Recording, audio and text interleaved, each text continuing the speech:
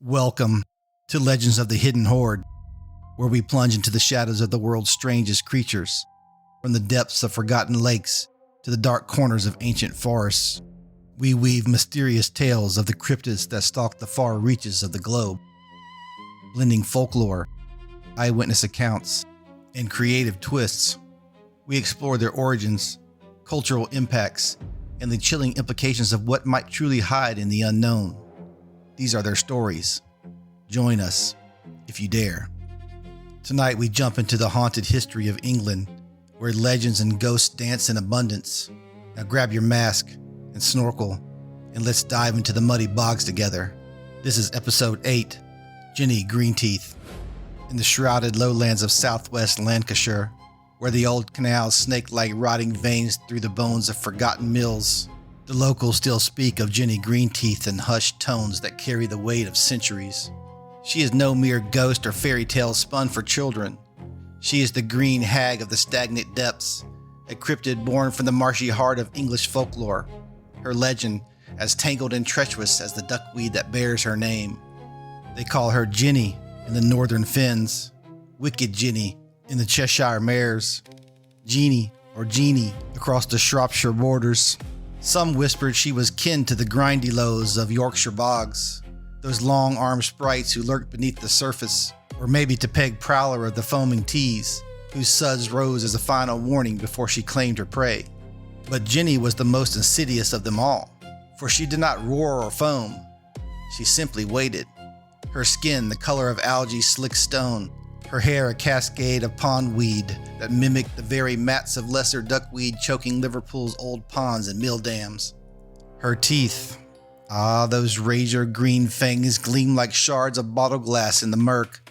Long sinewy arms ended in clawed fingers that could reach from the blackest pool or from the branches of overhanging willows at twilight, where she perched like an owl.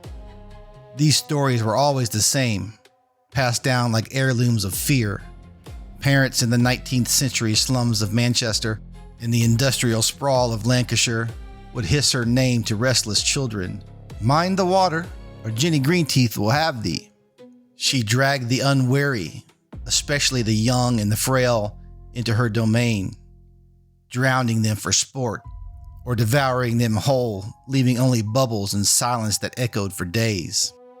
In some tales she punished the unbrushed teeth of the careless, her own green grin a grotesque mirror of neglect. In others, she was the explanation for every child who vanished near a gravel pit or canal lock. Their bodies never recovered because the duckweed closed over them like a living shroud, hiding the deed. The name itself doubled as the local term for those treacherous green carpets on still water. Beautiful from afar, a solid-looking lawn that parted beneath a single footstep and swallowed the victim whole. It was no coincidence.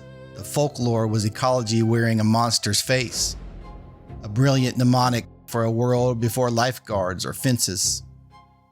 One such tale, half remembered from an old mill worker's diary found in a Liverpool archive, speaks of a young Elias in the 1880s, drawn by a dare on a misty autumn eve to the black pool near Butterton Hill.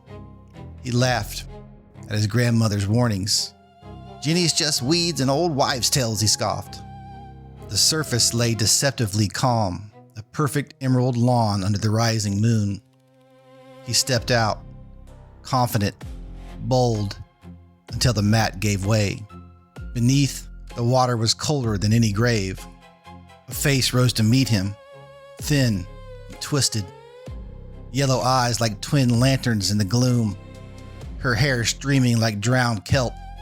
Her arms encircled him with the strength of river currents, her breath a reek of silt and rot.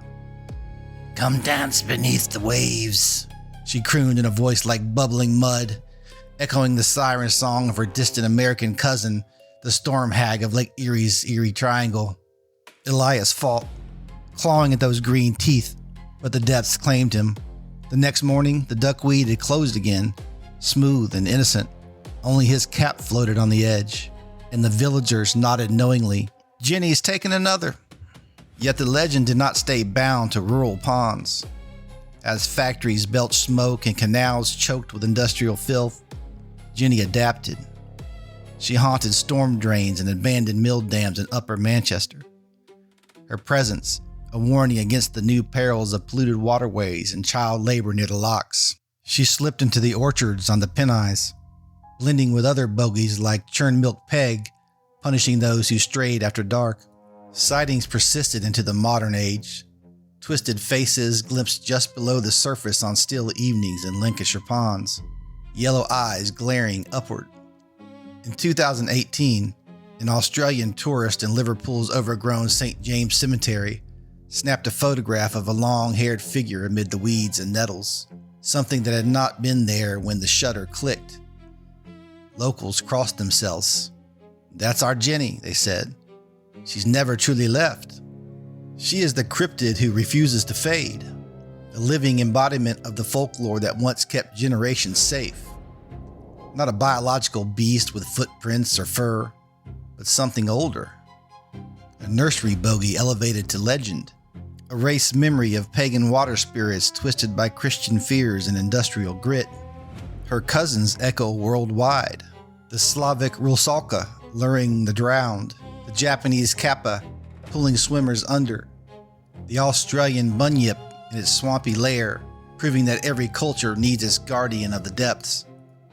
And yet, in the quiet hours when the canals lie still and the duckweed thickens once more, one cannot help but wonder if Jenny waits not for children alone, but for all of us who have forgotten the lessons she embodies. In Jenny Greenteeth lies a profound philosophical truth.